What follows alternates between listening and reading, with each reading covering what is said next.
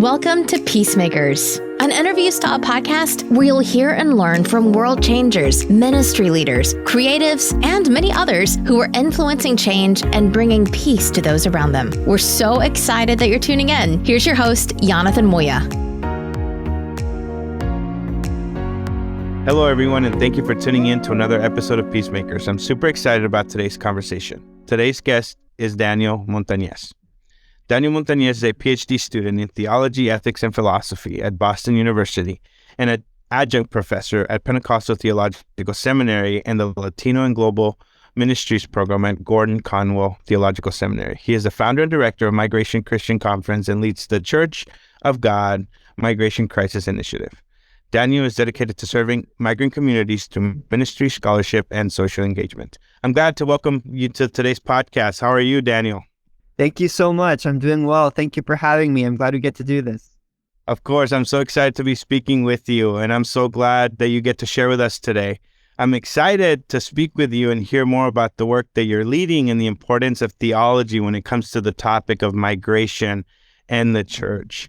And so as we dive into this conversation, I would love to share with our listeners, who is Daniel? Like, where did you grow up? What influences your faith, in your upbringing? Can you tell us a little bit about that?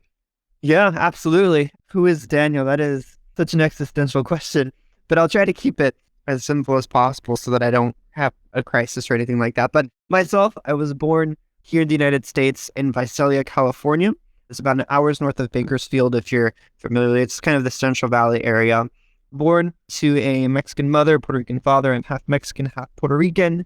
I often identify myself as Mexarican or Bori Mexican, finding that in between space. And I think how I define myself oftentimes is just a second generation Latino who's in the process of figuring out what it means to be second generation, reclaiming my own Latino heritage and trying to be a voice for the people that raised me, for the people who influenced me. And yeah, doing my best to do that in the areas in which God has called me to. So that's a little bit about me. I grew up, as far as my faith, I grew up as a pastor's kid in a Latino Pentecostal church. So faith was something that was always at the center of my life. It wasn't until my college years that I really began to take my faith seriously.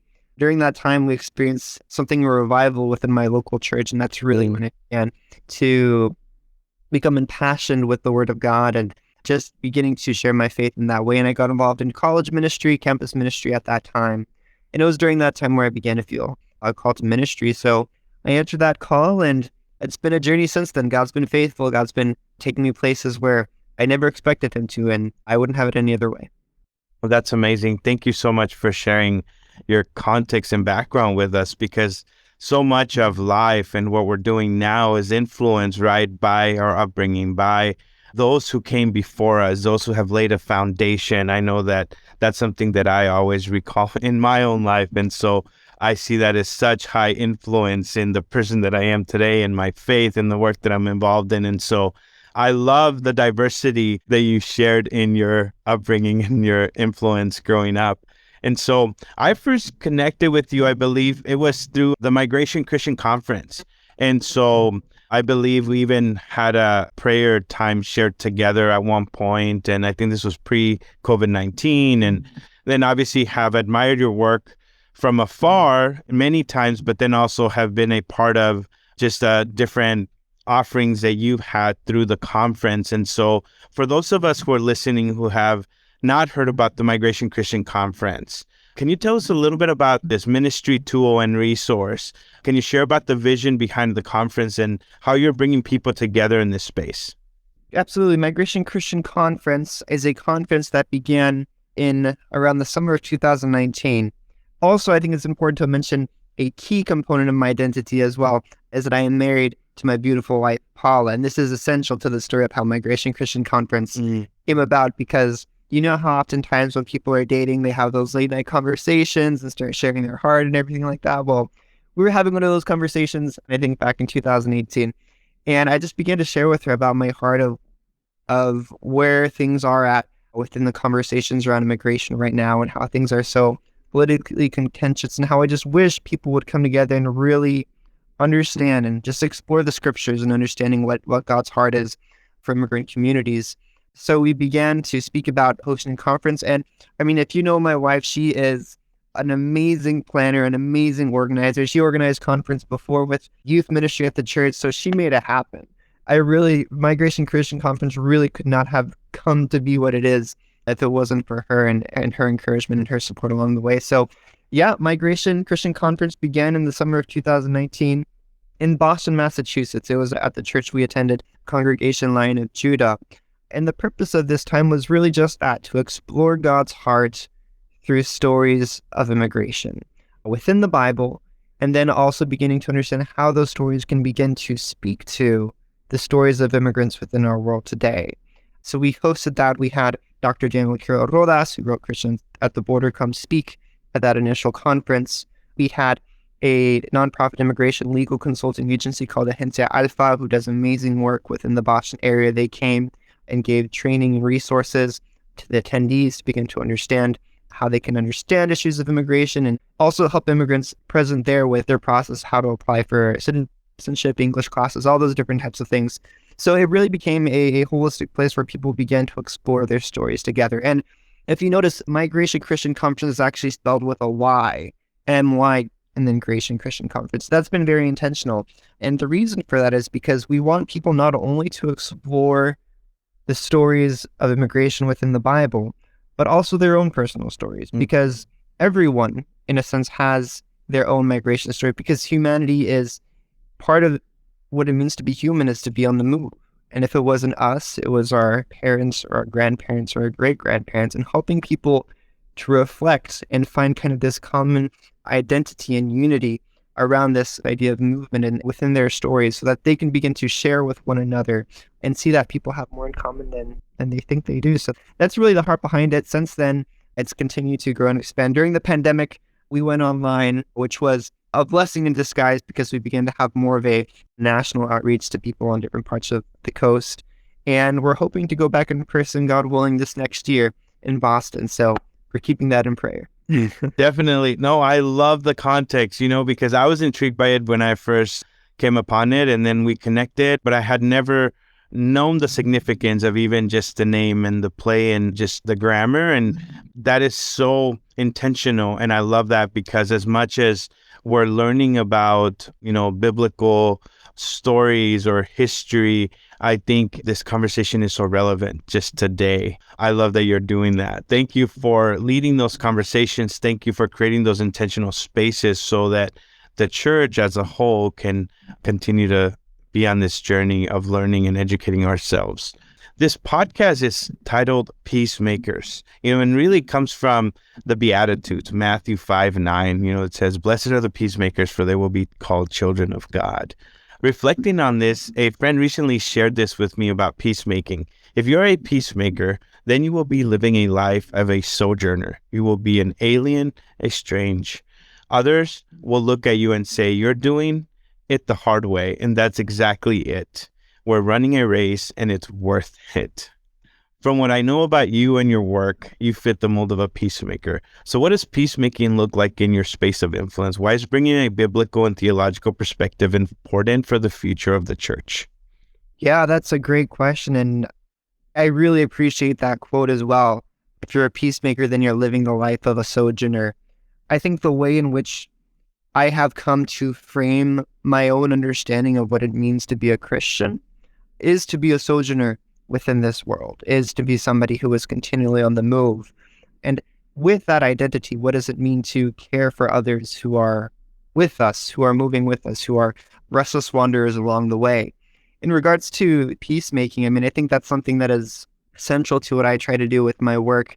I've always kind of understood peacemaking as transforming the narrative of immigration. What does it mean to transform the narrative of immigration within American evangelicalism as well as the United States in general? I think oftentimes conversations of immigration have been so highly politicized over times that it's difficult to have genuine conversations.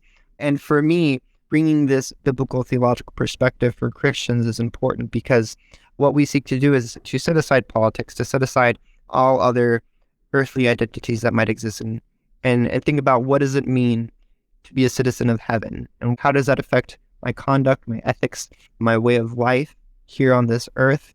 And how are these Christian scriptures teaching me and leading me to interact with my neighbor, not for this kingdom, but for an eternal kingdom? And I think that's really at the center of what we try to do. Thank you so much for continuing to share resources, continuing to be a peacemaker in this really diverse conversation of narratives in a very polarizing, sometimes approach to migration, right? And so talking about peace and trying to bring unity and understanding to this is very difficult, because I know that I deal with this, every day in the work that I do at Border Perspective. I wanted to congratulate you, because one of the reasons I'm excited to have you on today is to just talk about the Church and Migration book. And so congratulations, first of all, for publishing that. I can only imagine the amount of work that it took. And then I also recently saw that it was just translated into Espanol. So felicidades. Thank you. Thank you. We're really happy, really excited. Actually, it was translated into Spanish much than we expected to. We thought it'd happen in February, but thankfully the publishers were able to get it done within, I think, 2 or 3 months' time. So we're really excited for it to be available in Spanish as well. That's amazing. If you're listening to this conversation, The Church and Migration, the book, it really allows us to engage into a theological and biblical interpretation of migration. So the description reads like this: in an age of global migration and mass displacement, what is the responsibility of the church in responding to the needs and realities of migrants in displaced communities? All too often, the narrative surrounding immigration is depicted as highly political and divisive within mainstream media. In evangelical and charismatic circles, many Christians are more likely to be influenced by what the media says about immigration than the Bible. So this book seems to transform the narrative of immigration by approaching it from a larger lens of human migration, by exploring the theme of human migration throughout the grand narrative of Scripture. So this resource sets forth a theological vision for understanding migration from a biblical theological perspective. This is a great resource to continue to bring people together, especially people of faith. And so why do you think that this book is especially important right now? Just to echo what the description said and kind of make a point of it, within my own work, I've tried to slowly move away from, at least for now, to move away from the term immigration and focus more particularly on migration. And the sole reason for that is because immigration has become a term that is just so highly politicized, polarizing, divisive, that it's difficult to have a conversation with people. But when we take a step back and see things from the larger lens of human migration being the movement of peoples as a sociological phenomenon, then we begin to see things beyond the legal dimensions, beyond the political dimensions. We can begin to see things from the human dimension, from the biblical dimension, from a historical dimension.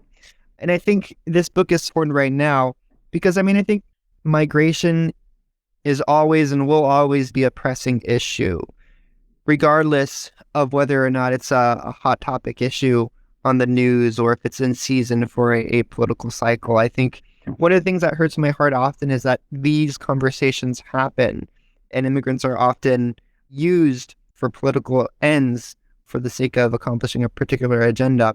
And just because we don't see something maybe on the news does not mean that something is not happening at the border or that it's not happening in another country. So I think the past 6 years has just been a very strenuous time for many people.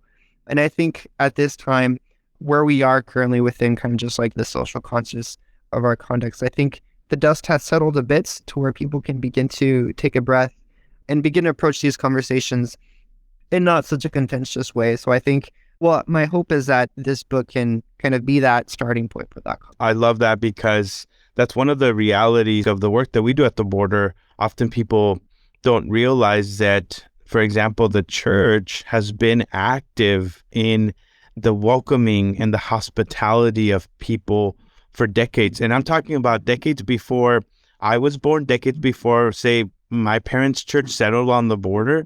And that's the important thing that you're trying to highlight, right? Like migration has always been a part of life, and it will continue to be a part of life moving forward.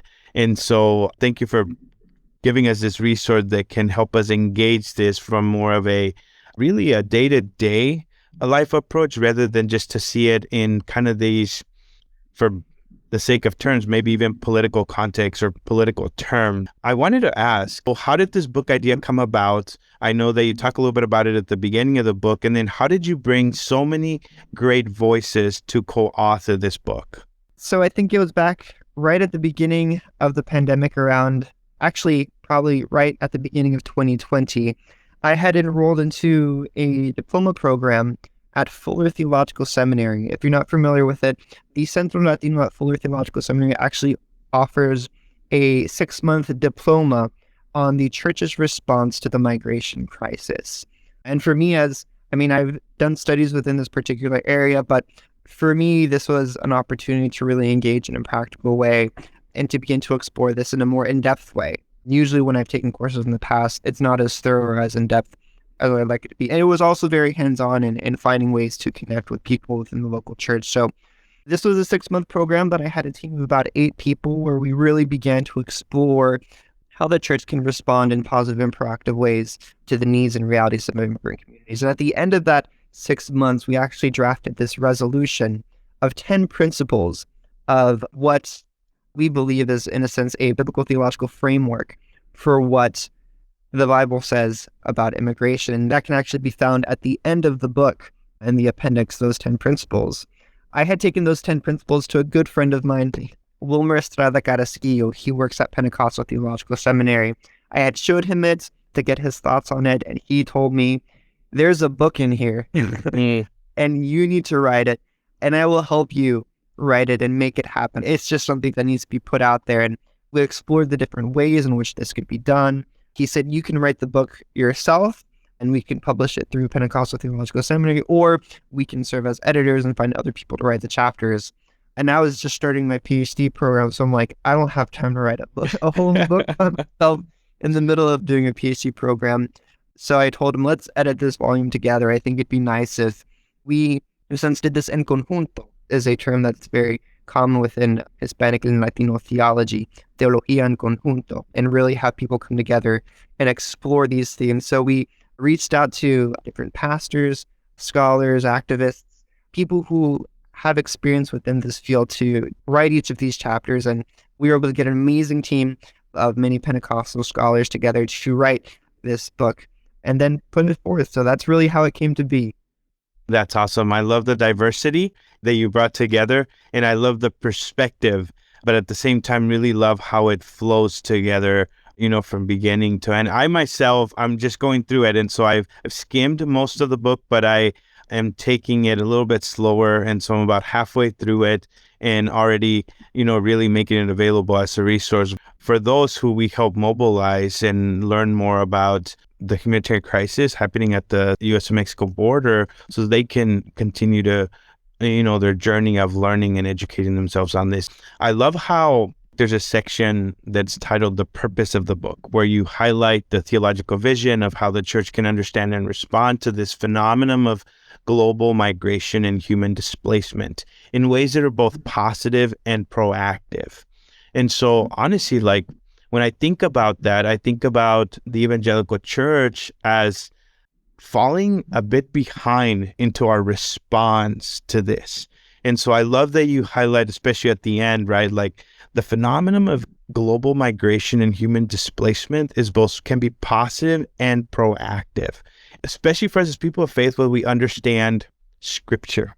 Because part of the book is also highlighting, and I love the statistics, most of us only know about this conversation because of what we're being told or what's being written, say, in mainstream culture and media. But if we call ourselves people of faith or followers of Jesus, oftentimes there's a large percentage, I believe it was 88% of evangelical Christians, and this statistic might have changed as of recent, right? Mm-hmm. But a large percentage of evangelical Christians still, we don't have a biblical grasp on how we are to do this. Where do you think the church has missed the mark in understanding our purpose to those who are migrating and displaced? I think you said it well earlier in the idea that this is a reality that has always been present, but also that the church caring for immigrants has always been a part of the church's DNA. And I think that's something that's often missed within evangelical circles. That's missed, that's forgotten. In a sense, I go back to Leviticus 19:34, the foreigner who resides among you should be treated as your own, love them as yourselves. For you were foreigners in Egypt, and I am the Lord your God. That's what Leviticus 19:34 says. And well, just to say, this past summer, I had the opportunity to go to Spain, and I visited Santiago de Compostela. And I did something that was called the Camino de Santiago, which has really become this type of spiritual pilgrimage for people.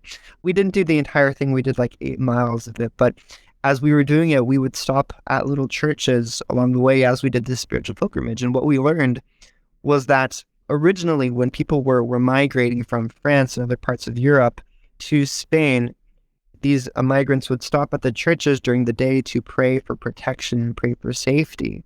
And in the evenings, these churches would serve as hostels for people who were migrating, people who were moving to stay overnight, to rest so that they could continue this journey. And this happened for hundreds of years. This is something that's part of the DNA of who the church is. And I think this is something that is often forgotten in these conversations. One of the most impactful things for me during that time was when we were walking down the Camino, we would pass by locals and other people walking in, and they would say, Buen Camino, as they passed by. And that really resonated with me. Buen Camino means good journey or have a good journey.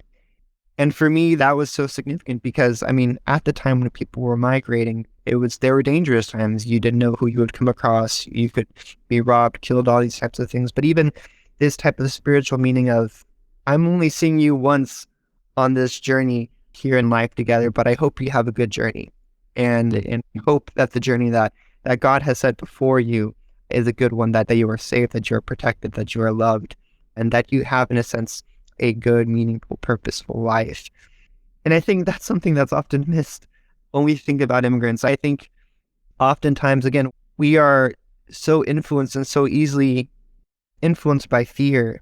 And what this book says is we are a community of faith. And as a community of faith, we don't need to respond in fear. God has given us tools. God has given us power, love, sound mind to learn how to approach these issues and care for brothers and sisters who are on the move. So I think those are some of the things in which I hope that the church can begin to grasp through exploring this book. So I love how the book is laid out. I love that it begins by laying the foundation that we're created in the image of God. It reminds us of our identity in the image of God. And then it moves into the topic of creation and the fall of humanity. Then it focuses on redemption and restoration. Then it challenges us to hospitality, right? And in conclusion, one of the writer mentions that this book is not the final word on migration, but an invitation to a conversation that involves us all. How would you encourage churches or individuals that are listening to this podcast to use this book as a ministry resource and tool in their own learning and journey? Absolutely. I think this book can be used within a local church. I'd encourage people to either start a small group with their leaders or with people within their local church. But I think more so than just a book, it's a conversation that involves us all. Really bringing it back to this notion of Mygration Christian Conference. What does it mean, those people who you have the conversation with, to explore how God is present within their migration journeys as well? How God has moved with them, has existed with them, and has been present with them and faithful to them. Many times when you speak with people who have crossed over the border, they have their own faith journeys, they have their own experience, and say, God protected me as I went through this experience. And just as God was present within the stories of migrants within the Christian scriptures, so God is also present with migrants in their journeys today. So helping people, not just reading this book, but also listening to the people who you engage with in this book, I think can be a very fruitful experience. I love the practicality of this resource, and I think you are helping us move towards that more and more. And so I commend and encourage you on this journey. I love that, we can highlight this important conversation and resource, and we'll definitely be highlighting it within our network. And so those who are on a continuous learning journey can continue to make it a part of their learning. So was there anything else that I should have asked but didn't? Is there anything you want to leave us with today? I'm just thankful for the work that you do with Border Perspectives. I mean, you've been an inspiration to me as well. I see you as somebody who's actually doing this work on the ground. I try to do this work as much as I can.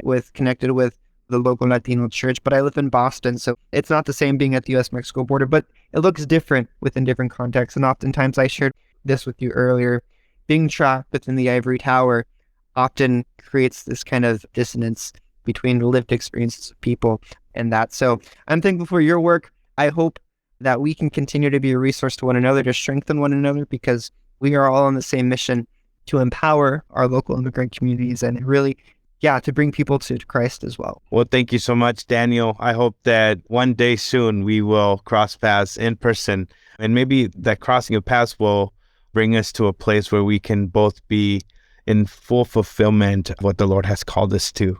Again, thank you for our conversation. If you're listening, you can find more about Daniel on Twitter and Instagram at Daniel Montañez. So you can check out more of the Mygration Conference at their website at migrationchristianconference.com, and make sure to get a copy of The Church in Migration. This book is available on Amazon. So again, Daniel, thank you so much for joining us on today's conversation. Thank you, Jonathan. It's been a pleasure.